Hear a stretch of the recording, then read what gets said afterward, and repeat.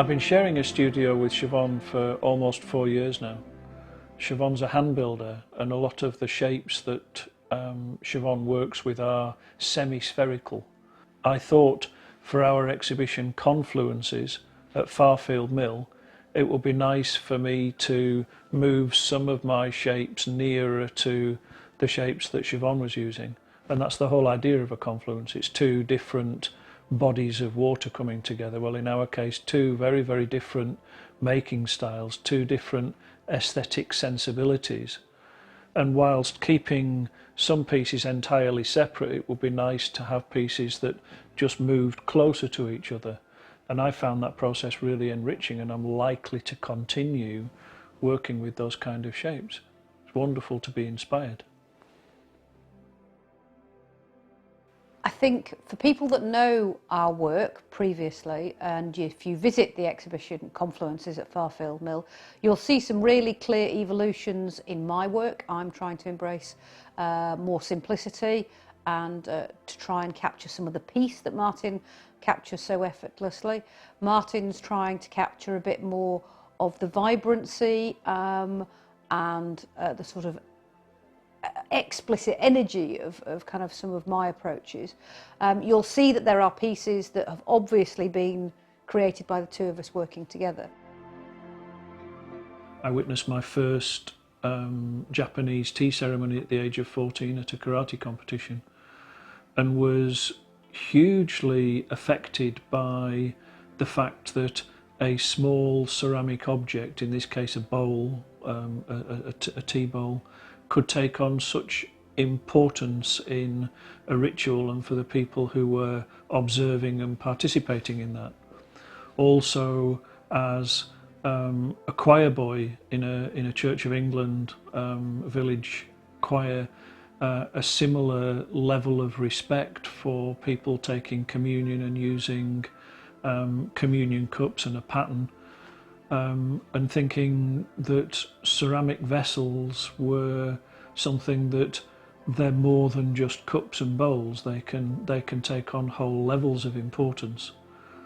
And the more that I looked into the shapes and the nature of early Japanese and Korean wheel-thrown ceramics, the more drawn I was to the purity of the shapes, and the designs just somehow seemed to resonate with me. I call the work that I do microcosms because I believe that they are a small version of a bigger story, of a bigger story, of a bigger story. And actually, you know, if you look at ceramics, all ceramics are earth, air, fire and water.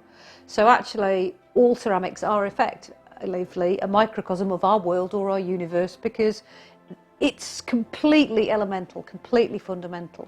And with my approach to kind of storytelling and my beliefs about landscape and space, I think that if you have a piece of artwork that explores perspective, you are actually asking people to look at the whole world differently. And if you have a small world in your hand or in your home that reminds you that that is possible, and you can do that in a microcosm, then you can do it in a more macro way as well. I think all potters look back on historical examples of beautiful and classical forms, and to some extent emulate that within the work.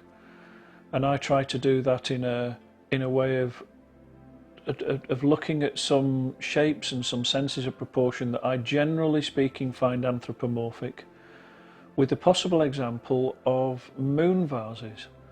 And I've been drawn more recently to working with the Korean moon vase shape because of sharing a studio with Siobhan for the last almost 4 years now. It's become increasingly important to us to root our materials and our glazes and our approaches in materials that can be found and foraged. When you take all the complexity out of ceramic glazes, they are basically clay, wood ash, stone in some form, in some combination. And we keep trying to push the boundaries of that. So the more we can use stuff that other people have discarded and kind of give it a new lease of life, you know, give it a sense of its own beauty, the happier we are. And that also feels much more authentic. That helps root everything back in a sense of place, and helps the work tell a story. Even if it's a story that only we or the owner of the piece understands, it's still a story. From the very first moment that Mars Moore Ceramics was established, we have collaborated with other people. It keeps us going, it keeps us fresh, it challenges us. We worked with Naomi Saka, a very talented digital artist who's created light sculptures with us, because at the end of the day we all experience the world differently. We all have emotion evoked differently in different ways, and that there are many, many ways that we can tell stories that we haven't yet embraced.